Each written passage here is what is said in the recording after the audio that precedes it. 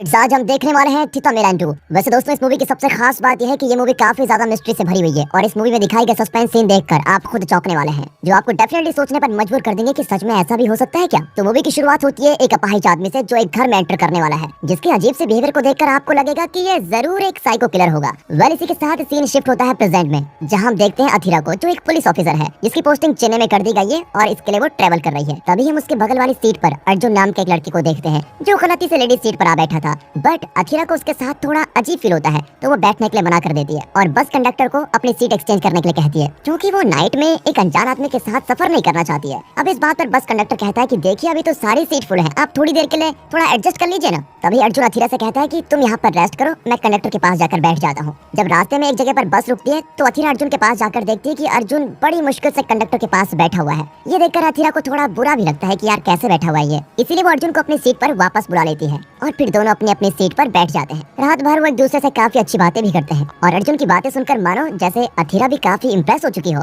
और इस तरह रात कट जाती है और सुबह होती है जहाँ अथीरा देखती है कि अर्जुन जा चुका है और उस सीट पर एक स्टिकर लगा होता है जिसपे लिखा हुआ है हैप्पी न्यू ईयर, और शायद ये स्टिकर अर्जुन ही लगाकर चला गया होगा। अब ये सब देखकर अथीरा दिल ही दिल में अर्जुन को पसंद करने लगती है और कुछ बहाना बनाकर कंडक्टर से अर्जुन का नंबर भी ले लेती है। अगले दिन अथीरा पुलिस स्टेशन आती है तो उसे वहाँ पर अर्जुन बैठा हुआ दिखाई देता है। वो उसे वहाँ आने का कारण पूछती है तो अर्जुन कहता है कि मैं एक एक्टर हूँ और मुझे एक पुलिस का कैरेक्टर मिला है और मैं पुलिस वालों को देखकर ही इस कैरेक्टर के बारे में ज्यादा जानना चाहता हूँ कि आखिर पुलिस की एक्टिंग किस तरह से करनी है और कैरेक्टर में कैसे घुसना है। तो फिर क्या था, इसके बाद वो दोनों धीरे धीरे एक दूसरे के करीब आ जाते हैं और एक दूसरे से प्यार भी करने लगते हैं। अथीरा इसी बीच अर्जुन से कहती है कि बचपन में मेरी सबसे अच्छी दोस्त थी सूर्या और हम दोनों तो इतने अच्छे दोस्त थे कि एक दूसरे पर जान छिड़कने के लिए भी तैयार रहते थे, लेकिन जब सूर्या की शादी हुई तब से मानो हम दोनों एक दूसरे से बिछड़ गए हो। और अब कुछ वक्त बीत जाने के बाद अथीरा को पता चलता है कि सूर्या बहुत दिनों से मिसिंग है एंड एक्चुअली इस केस की इन्वेस्टिगेशन भी अथीरा को ही दी गई है। अथीरा इस केस के बारे में सूर्या के हस्बैंड किशोर से पूछताछ करती है। वेल किशोर जो पेशे से एक डॉक्टर है, उसके माँ बाप भी यूएसए में सेटल थे और वो चेन्नई में सूर्या के साथ रहता था। वो अथीरा को कहता है कि जब वो अपने सेमिनार के लिए बाहर गया हुआ था तो उसे पता चला कि सूर्या गायब हो गई है। यही नहीं, उसकी कार भी मिसिंग थी। किशोर से मिलने के बाद अथीरा अपनी माँ को कॉल करती है और अपनी माँ से बात करके उसको पता चलता है कि सूर्या कुछ दिनों के लिए अपने मायके आई थी, तब शायद उसका झगड़ा उसके माँ बाप से भी हुआ था। दरअसल बात ये थी कि सूर्या मॉडलिंग करना चाहती थी जो कि उसके पेरेंट्स को पसंद ही नहीं था, लेकिन किशोर ने उसे मॉडलिंग करने के लिए सपोर्ट भी किया। अब कोई सबूत न मिलने के कारण अथीरा अपने दोस्त सूर्या को लेकर काफी परेशान होती है कि कहाँ गई वो। अब वो सूर्या के पड़ोसियों से पूछताछ करने लगती है, लेकिन उसे कुछ खास इन्फॉर्मेशन नहीं मिल पाती। तभी अथीरा अपने कांस्टेबल से अपने बचपन के एक एक्सीडेंट के बारे में बात करती है। कहती है कि जब मैं एक दिन नदी में गिर गई थी तो मुझे बचाने के लिए सूर्या भी नदी में कूद गई, जबकि सूर्या को तैरना नहीं आता था, फिर भी उसने मुझे बचाने के लिए अपनी जान जोखिम में डाली थी, जिसके बाद उसके पापा ने हम दोनों को बचाया भी था। इससे पता चलता है कि दोनों में कितना ज्यादा प्यार था। अब इन्वेस्टिगेशन के दौरान दिखाते हैं तो अथीरा को एक जगह सीसीटीवी फुटेज में सूर्या की कार नजर आती है। उस सीसीटीवी फुटेज को गौर से देखने पर अथीरा को वहाँ एक अपाहिज आदमी दिखाई देता है, जिस पर उसे शक भी होता है, क्योंकि वो इंसान उस रास्ते से 1 जनवरी से लेकर 6 जनवरी तक 33 बार गुजरा था, लेकिन सूर्या की कार के गायब होने के बाद वो आदमी वहाँ पर कभी भी नहीं दिखाई दिया। अब अथीरा उस लंगड़े अपाहिज आदमी के बारे में किशोर से पूछती है, जिसने की एक काला ड्रेस और काला हेलमेट पहना हुआ था, पर इस बात को मानने से किशोर मना ही कर देता है। फिर अथीरा किशोर से पूछती है कि क्या तुम्हारा किसी के साथ अफेयर तो नहीं था। किशोर कहता है कि शादी से पहले मैं पल्लवी नाम की लड़की से प्यार करता था, लेकिन उसके पेरेंट्स ने शादी के लिए इजाजत ही नहीं दी और उसके बाद मैं पल्लवी से कभी नहीं मिला। उसके बाद हम देखते हैं कि किशोर ने बड़ी ही चालाकी से अपना एक फोन पंखे के ऊपर छुपा के रखा हुआ है और अथीरा के जाने के बाद वो किसी को कॉल करता है और कहता है कि मुझे इस नंबर पर कोई कॉल न करे, क्योंकि अब पुलिस इन्वेस्टिगेशन शुरू हो चुकी है। ये देखकर तो आपको पता लग ही गया होगा कि दाल में कुछ न कुछ काला तो जरूर है। अब अथीरा इन्वेस्टिगेशन के बीच पुलिस टीम के साथ पल्लवी और किशोर की कॉल डिटेल्स चेक करती है, लेकिन कोई सुराग नहीं मिलता। लेकिन सूर्य के पड़ोसियों से पता चलता है कि एक हैंडीकैप इंसान अक्सर उसके घर के आसपास आता जाता था, पर वो हमेशा हेलमेट में ही रहता था, तो दैट्स व्हाई किसी ने उसका चेहरा नहीं देखा। अब अगले दिन अथीरा की टीम को जंगल में कार के अंदर एक जली हुई डेड बॉडी मिलती है, जिसको देखकर अथीरा को लगता है कि कहीं ये डेड बॉडी सूर्य की तो नहीं है, और वो अब बहुत डर भी जाती है। इसलिए वो तुरंत उस डेड बॉडी को फॉरेंसिक लैब में टेस्टिंग के लिए भेज देती है। फॉरेंसिक इन्वेस्टिगेशन होने के बाद डॉक्टर अथीरा को ये बताता है कि वो बॉडी सूर्या की ही है। ये सुनकर अथीरा पूरी तरह टूट जाती है और रोने भी लगती है। अब ये केस मिसिंग केस से मर्डर केस में कन्वर्ट हो चुका था और अब अथीरा का पहला सबूत वो अपाहिज इंसान ही था, इसलिए अथीरा उस जली हुई कार को भी फॉरेंसिक इन्वेस्टिगेशन के लिए भेज देती है। सूर्य की मौत का सदमा लगने के बाद अथीरा काफी टूट चुकी है और दुख से बाहर आने के लिए अर्जुन उसका साथ देता है। अर्जुन अथीरा की अच्छे से देखभाल करता है। अगले दिन अथीरा को पता चलता है कि उस जली हुई कार के नंबर प्लेट पर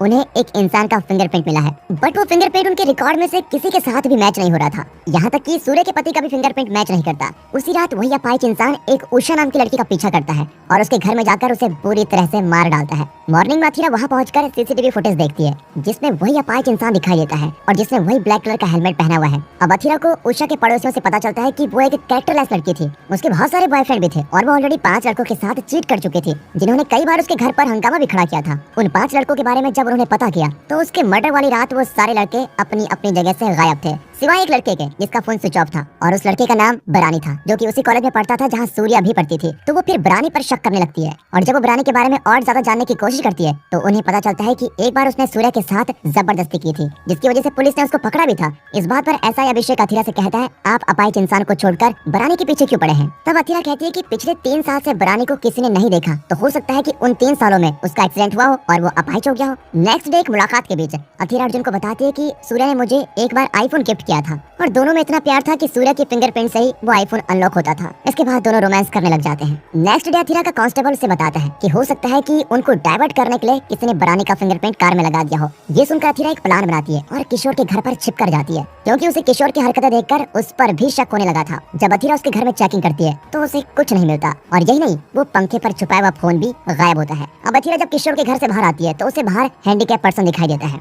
अथीरा उसको देखकर उसका पीछा करने लगती है, लेकिन अपाहिज इंसान ये देखकर अचानक ही भागने लगता है और हमें पता चलता है कि वो लंगड़ा नहीं बल्कि लंगड़ा होने का नाटक कर रहा है। अब बड़ी मशक्कत के साथ अथीरा उसको पकड़ ही लेती है। फिर हमें पता चलता है कि वो अपाहिज इंसान बरानी ही था। अब अथीरा उसकी कस के इन्वेस्टिगेशन करती है और साथ में टॉर्चर करने के बाद बरानी आखिर में सच बता ही देता है, जिसमें वो सारा राज कबूल कर लेता है। एक्चुअली जब बरानी 11वीं क्लास में था तो उसे उषा से प्यार हो गया था और उषा ने ही बरानी को सबसे पहले प्रपोज भी किया था। लेकिन कुछ दिनों बाद बरानी को पता चला कि उषा उसके अलावा बहुत सारे लड़कों से प्यार करती है और एक दिन उषा ने बरानी को छोड़ दिया, जिससे बरानी काफी हर्ट हो गया था। कुछ सालों बाद बरानी जब कॉलेज आया तब उसकी मुलाकात सूर्या से हुई। कुछ दिनों में वो दोस्त बन गए थे, लेकिन जब बरानी ने सूर्या को प्रपोज किया तो सूर्या ने उसे भी मना कर दिया था। उसने कहा कि मैं तुमसे प्यार नहीं करती हूँ। इसीलिए बरानी ने सूर्या को जबरदस्ती किडनैप करके शादी करने की कोशिश भी की, पर सूर्या बच के निकल गई और उसके खिलाफ पुलिस कंप्लेंट भी की, जिसकी वजह से बरानी की काफी बदनामी हुई और उसे कॉलेज से भी निकाल दिया गया था। उसके कुछ दिनों बाद बरानी को सिंगापुर में नौकरी मिल गई थी। जब वो सिंगापुर से चेन्नई वापस आया तो उसने सूर्या को उसके हस्बैंड के साथ देखा।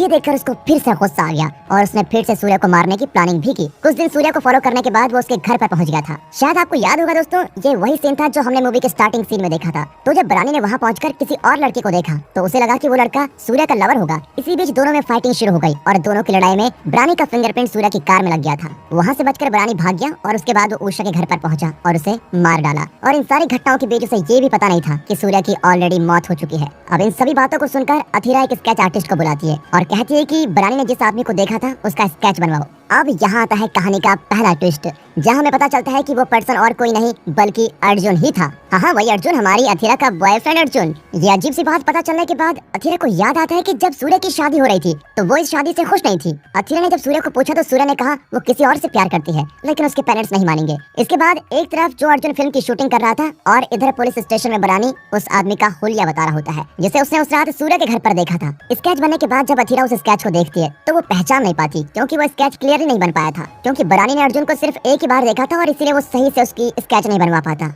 और अब बरानी अथीरा से कहता है कि अगर मैं उस इंसान को फिर से देख लूंगा तो मैं उसे पक्का पहचान जाऊंगा। इसके बाद सीन थोड़ा आगे शिफ्ट होता है और हम देखते हैं कि अथीरा अर्जुन को अपने पेरेंट्स से मिलवाती है और उन्हें अर्जुन बहुत ही ज्यादा पसंद आता है। वेल, इसी के साथ वो शादी करने के लिए भी एग्री हो जाते हैं। एक दिन अचानक सीसीटीवी कैमरा चेक करने के दौरान उसे पता चलता है कि उस रात एक वैन में 4 लोग एंटर हुए थे, पर एग्जिट कैमरे में उस वैन में सिर्फ एक ही इंसान दिखाई दे रहा था। मतलब बाकी 3 आदमी रास्ते में कहीं उतर गए थे और उन तीनों ने ही सूर्य को मारकर जला दिया होगा। उसके बाद वो किसी दूसरी कार में बैठकर वहाँ से निकल गए होंगे। इसके बाद अथीरा एक दूसरे फोरेंसिक डॉक्टर से सूर्य की बॉडी की डिटेल्स चेक करने के लिए कहती है, जिससे उसे पता चलता है कि वो बॉडी सूर्य की ही नहीं बल्कि किसी और की थी। इसका मतलब पहले वाली फोरेंसिक रिपोर्ट फेक थी। ये सुनकर अथीरा के तो रोंगटे खड़े हो जाते हैं और वो गुस्से में पहले वाले फोरेंसिक डॉक्टर से मिलती है। तो वो बताता है कि मुझे फेक रिपोर्ट बनाने के लिए एसआई अभिषेक नहीं बोला था और एसआई अभिषेक को ऐसा करने के लिए सूर्य के पति किशोर ने कहा था। और अब अथीरा किशोर को अरेस्ट करने उसके घर पहुंचती है, लेकिन वहाँ किशोर अथीरा को एक सीक्रेट बताता है और इसी सीक्रेट के साथ मूवी का एक और खतरनाक ट्विस्ट खुलता है। वेल, किशोर अथीरा को बताता है कि एक्चुअली शादी के बाद सूर्या किशोर को पास ही नहीं आने देती थी, क्योंकि वो मॉडलिंग करना चाहती थी। इसलिए किशोर ने सूर्या की तब बहुत हेल्प की थी और उनकी मैरिज को 6 महीने बीत गए थे, लेकिन अभी भी सूर्या किशोर के करीब नहीं आना चाहती थी।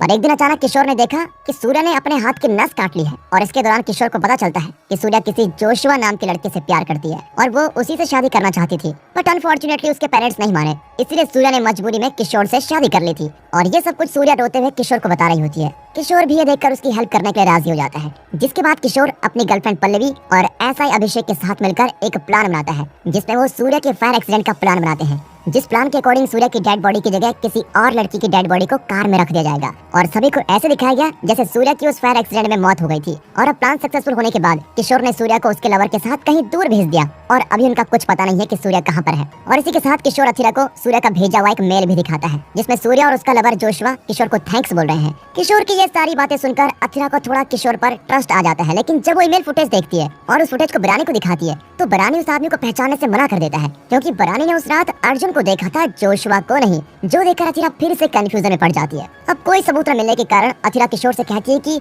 वो एक बार सूर्य से बात करना चाहती है। इस पर किशोर अथिरा से कहता है कि उसके पास सूर्य का कोई भी कांटेक्ट नंबर नहीं है, लेकिन हर 3 महीने में सूर्य उसे कॉल करती है और जब भी उसकी कॉल आएगी तो वो उसको बता देगा। और इस तरह हमें दिखाया जाता है कि 6 महीने गुजर चुके हैं, लेकिन सूर्य का कोई भी कॉल नहीं आता। और एक दिन अथिरा के नंबर पर एक अननोन नंबर से मैसेज आता है कि वो उससे मिलना चाहती है, और वो मैसेज उसकी दोस्त सूर्य का होता है और सूर्य उसको एक एड्रेस पर आने के लिए कहती है। अब अपने दोस्त का मैसेज पाने के बाद अथिरा सूर्य से मिलने के लिए निकल पड़ती है। तभी उसे अचानक रास्ते में अर्जुन मिलता है। वो भी उसके साथ चलने के लिए फोर्स करता है और चुपचाप अथिरा से बचकर किसी को कॉल करता है और कहता है कि वो लोग कुछ ही देर में वहाँ पर पहुँच रहे हैं। ये देखकर आपको लग ही गया होगा कि अर्जुन कुछ गड़बड़ करने वाला है। तभी बरानी रास्ते में अर्जुन को अथिरा के साथ देख लेता है और वो पहचान जाता है कि ये वही आदमी था जो उस दिन सूर्य के घर में मौजूद था। बरानी इस बात को कुछ भी करके अथिरा को बताना चाहता था, लेकिन अनफॉर्चुनेटली उसकी बात अथिरा से नहीं हो पाती। इसीलिए बरानी सारी बातें अथिरा के कांस्टेबल को बता देता है। इधर उस लोकेशन पर पहुंचने के बाद अथिरा चारों ओर सूर्य को खोजने लगती है। तभी उसके सामने अचानक एसआई अभिषेक, पल्लवी और किशोर आ जाते हैं और उसी टाइम अथिरा के फोन पर उसके कांस्टेबल का मैसेज भी आता है, जिसमें उसने अथिरा को बताया था कि वो अर्जुन से दूर रहे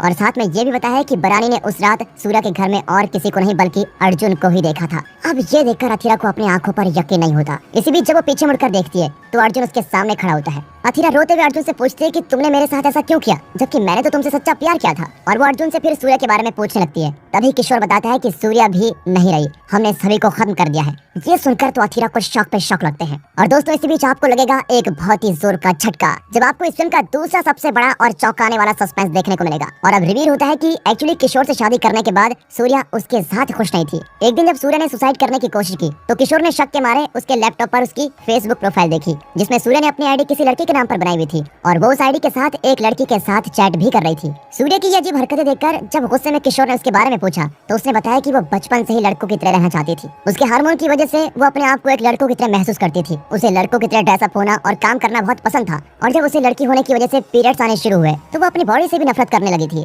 कॉलेज में जब उसे बरानी मिला तो उसे लगा कि वो उसकी केयर करता है, पर जब उसने भी सूर्य को प्रपोज किया तो वो फिर से टूट गई। और जब उसने ये बात अपने पेरेंट्स को बताई कि उसे लड़कियों की तरह रहना बिल्कुल भी पसंद नहीं है और वो लड़कों की तरह रहना चाहती है, तो उसके फादर ने उसको बहुत मारा और उसकी जबरदस्ती किशोर से शादी कर दी थी। शादी के बाद सूर्य ने लड़कों की तरह रहने की बहुत कोशिश की, पर जब भी किशोर उसे टच करता था तो उसे बहुत बुरा लगता था और उसे ऐसे लगता था कि वो एक लड़का है। सूर्य को पसंद नहीं था कि कोई लड़का उसे लड़की समझकर टच करे और अब उसे खुद से नफरत भी होने लगी थी, इसीलिए उसने सुसाइड करने की कोशिश की थी। तभी यहाँ पर एक और खतरनाक ट्विस्ट दिखाया जाता है, जहाँ अर्जुन अथिरा का आईफोन लेकर उसे खुद के फिंगरप्रिंट से अनलॉक कर देता है, यानी अर्जुन ही सूर्य था। और ये देखकर अथिरा के होश उड़ जाते हैं। उसे अपनी आंखों पर यकीन नहीं होता कि उसकी बचपन की दोस्त सूर्या ही अर्जुन है। अरे वाह, पहली बार ऐसा कुछ अजीब सस्पेंस फील करने को मिला। आई डिडंट एक्सपेक्ट दिस, सच में। पता नहीं आगे कितने सस्पेंस और बाकी है। इसके बाद अर्जुन यानी सूर्या बताती है कि वो बचपन से ही अथिरा को बहुत पसंद किया करती थी और उसे अथिरा के साथ काफी खुशी मिलती थी, लेकिन अथिरा को ये मालूम नहीं था कि सूर्या के अंदर लड़कों वाली फीलिंग्स बढ़ रही है। और धीरे धीरे सूर्या अथिरा से प्यार करने लगी थी, क्योंकि उसे तो यही लगता था कि वो एक लड़का है। और यही नहीं, बचपन में अथिरा से सूर्या ने पूछा भी था कि अगर वो लड़का होती तो क्या अथिरा उससे शादी कर लेती। तब अथिरा ने सूर्या से कहा था कि हाँ, कर लेती। और शादी के बाद अथिरा से बात करने के लिए सूर्या ने एक लड़की की प्रोफाइल बनाई थी और उसकी इस प्रॉब्लम को जानने के बाद किशोर ने उसके जेंडर को चेंज करने के लिए उससे कहा और उसको बताया कि ऐसा कई सारे फेमस लोग कर चुके हैं और ये पूरी प्रोसेस लीगल है। कुछ महीनों के ट्रीटमेंट के बाद ऐसा कर पाना पॉसिबल है। ये सुनकर सूर्या बहुत डर जाती है, लेकिन किशोर जो कि एक डॉक्टर था उसने सूर्या से कहा कि तुम यकीन करो, हम ये ऑपरेशन सक्सेसफुली कर देंगे और किसी से नहीं बताएंगे, क्योंकि वो जानता था इसमें सूर्या की कोई गलती नहीं है, ये सब हार्मोन चेंज की वजह से हुआ है। इसके बाद सूर्या का ट्रीटमेंट चालू हो जाता है। इसी बीच सूर्या सबसे दूर रहती है। कुछ महीने बाद उसकी वॉइस भी कन्वर्ट होने लगती है और वो पूरी तरह से अर्जुन में ट्रांसफर हो जाती है। अब वो आगे कहती है कि और उसके बाद मैं बस अथिरा से मिलना चाहती थी और उसके करीब जाकर सब कुछ प्लान के अकॉर्डिंग करना चाहती थी, और फिर सब कुछ हुआ भी ऐसा, प्लान के अकॉर्डिंग ही सब कुछ चल रहा था।